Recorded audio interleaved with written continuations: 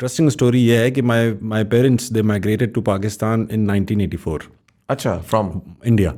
अच्छा हाँ, बहुत लेट माइग्रेट किए थे। अब एजेंसियाँ ना लग जाएं इस बात पे पीछे, लेकिन बहुत देर लेट माइग्रेट किए थे। और मैं शायद ट्रांजिशन में था। Right. पैदा मैं जाहिर हुआ मैं पाकिस्तान में, अच्छा तो मेरी थॉट शायद मेरा ख्वाब इंडिया में देखा गया। so your mother was essentially pregnant with you when she was migrating. यार ये पता नहीं, क्योंकि मैं जनवरी 1 को पैदा हुआ हूँ, ठीक है। और वो किसी मेरे ख्याल से सितंबर या जुलाई 84 में आए हैं, तो ऐसा ही होगा। हाँ ऐसा ही मेरा ख्वाब वहाँ देखा गया। राइट।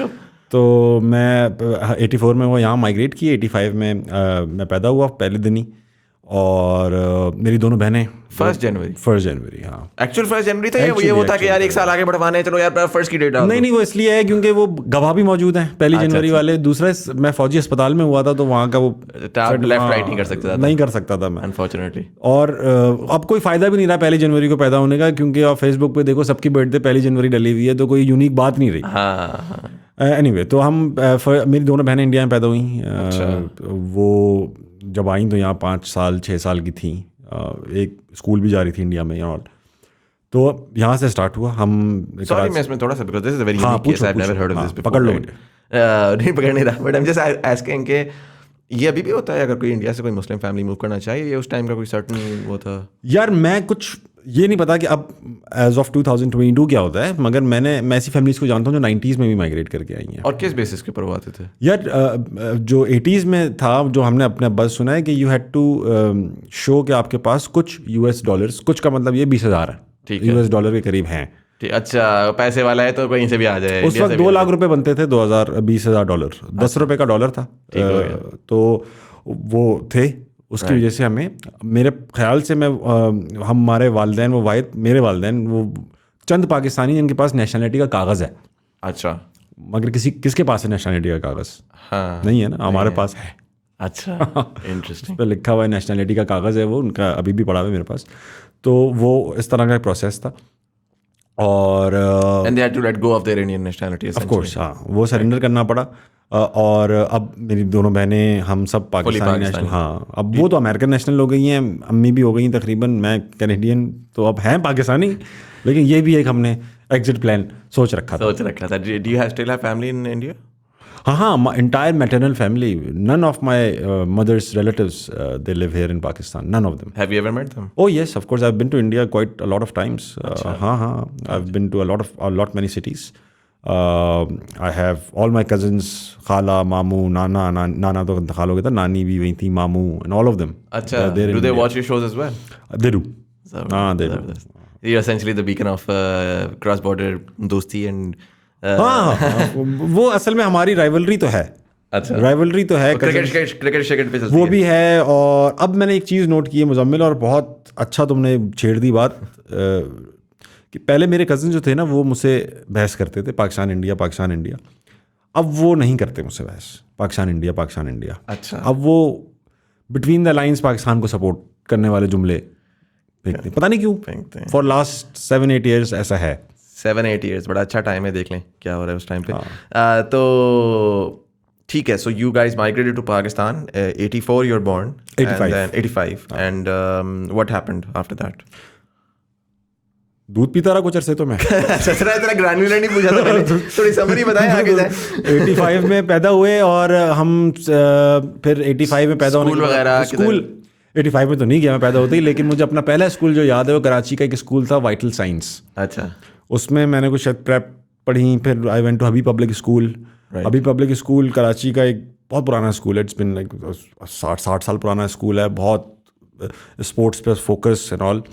पाकिस्तान का शायद वाहिद स्कूल है, उसमें एस्ट्रो टर्फ डला हुआ है, उसमें NBA अप्रूव्ड जिम्नेजियम है, इट्स अ ह्यूज स्कूल। और मेरे सारे कज़न्स वहीं से पढ़े। अच्छा, तो वो एक फैमिली ट्रेडिशन था वहाँ जाना, जिस तरह हमारे अब्बा और मेरी अम्मा, उनके सारे बहन भाई वो सब अलीगढ़ यूनिवर्सिटी इंडिया से पढ़े। अच्छा, तो इसी तरह मेरे सारे कज़न हबी पब्लिक से पढ़े। ज़बरदस्त। तो हम अभी वही जो ख़ानदानी था रिवाज। अम्मा अब्बा में कोई वाइब आती है अलीगढ़ की? अरे बहुत ज़्यादा, वो इसलिए आती है क्योंकि अब्बा के दोस्त जो और अम्मा के जो यहाँ अलीगढ़ के एलुमनाई है पाकिस्तान में, जब उनके साथ आप बैठेंगे तो ऐसा लगेगा यार वो अभी यूनिवर्सिटी के ही स्टूडेंट हैं सारे। अच्छा, हाँ, 70 साल 80 साल के हो चुके होंगे अब, लेकिन हर वक्त जुमले कसना, कोई एक्टिविटी कर देना, कोई शरारत की बात कर मतलब देना। कोई आपको एक्सप्लिसिट नजर आता है कि अलीगढ़ की एक पर्टिकुलर वाइब थी, जो कल्चर था या लैंग्वेज थी? बिल्कुल था। और एक वाइब, कल्चर, दूसरा ये कि वो थिक स्किन लोग होते थे, मजाक बर्दाश्त करने वाले लोग होते थे। पुराने ज़माने के लोग शायद ज़्यादा मजाक बर्दाश्त करने वाले होते थे। आई थिंक 80 की दिहाई के बाद ना मजाक को थोड़ा सा दबा दिया गया, उससे पहले नहीं यार, होता ये है कि अवेयरनेस थोड़ी फैल गई। लोगों को पहले ना पता ही नहीं था कि यार ये बात नहीं बर्दाश्त करनी।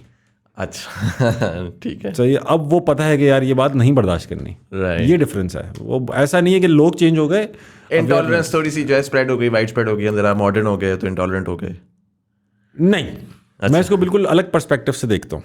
अच्छा, देखो, जब पता चलता है ना कि यार आप पढ़ते लिखते हैं तो आपको पता चलता है लाइट कैसे जल रही है, ये माइक कैसे ऑपरेट कर रहा है। तो जब उनको अवेयरनेस पता चल गई कि यार मुझे कोई काला बोलता है तो मैंने उसके साथ हंसना नहीं है, मैं क्यों उस पर वो कर रहा हूँ। अच्छा, आप पॉलिटिकल करेक्टनेस वाले उसमें जा रहे हैं? पॉलिटिकल करेक्टनेस तो पोस्ट मॉडर्न, मतलब but do you agree with that? तो मैं पॉलिटिकल करेक्टनेस से एक हद तक अग्री करता हूँ, मगर मैं किसी ऐसे शख्स का उस बात पे मजाक नहीं उड़ाना चाहता जो उसके कंट्रोल में ना हो। अच्छा ठीक है, अगर कोई शख्स ऐसा है कर सकता है वो, फिर उसके जो शख्स ऐसा है कि जो बहुत खाता है, खाता ही चला जाता है, वो मोटा है, तो मैं उसको बोलूंगा भाई तू मोटा है यार। लेकिन कोई एक शख्स लंगड़ा है, वो अपनी मर्जी से नहीं लंगड़ा ना, तो मैं उसके लंगड़ाने में मजाक उड़ाता हूँ, मैं छोटा लगूंगा। अगर मैं खुद भी लंगड़ा हूँ फिर मैं उड़ा लूंगा। हाँ जाहिर है, ठीक है, फिर हम दोनों एक काला काले का मजाक, काले का मजाक, काला अपना मजाक उड़ा ले यार, मैं काला। मगर मुझे हक नहीं है एक पोजीशन ऑफ प्रिविलेज से। मैं काले को वैसे रंग ही बुरा नहीं समझता, मतलब हमारे यहाँ तो ये है ना काला वो बुरा, तो पाकिस्तान दुनिया भर में है, पाकिस्तान नहीं। राइट, ब्लैक जो है ना, ब्लैक डे मनाया चल रहा है। हाँ आजकल तो एक सब एहतजाज में ब्लैक डे मनाया जाता है, कभी वाइट डे नहीं मनाया जाता। वाइट डे हमेशा अमन का मनाया जाता है। हाँ ट्रू, इंटरेस्टिंग।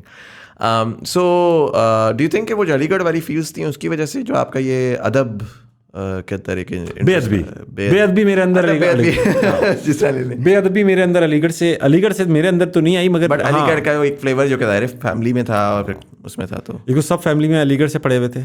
ताया, पप्पो, अब्बा के सारे दोस्त, हमारा सारा सोशल सर्कल या तो अलीगढ़ के अंकलों का था या उनके बच्चों का था। राइट, और हम सब शरारतें करने वाले, ये देखते थे बड़े अपनी शरारतें डिस्कस कर रहे हैं। राइट, तो हमें शरारत करने से डर नहीं लगता था, हमें जोक करने से डर नहीं लगता था। हमारे जोक्स को अप्रिशिएट किया जाता था। ये ज़रूर बताया जाता था यार ये जुमला इस्तेमाल, ये गंदा लफ्ज़ इस्तेमाल नहीं करो, मगर थे बड़े फ़नी तुम। तो उसकी वजह से ना जोक सोचते हुए डर नहीं लगता था।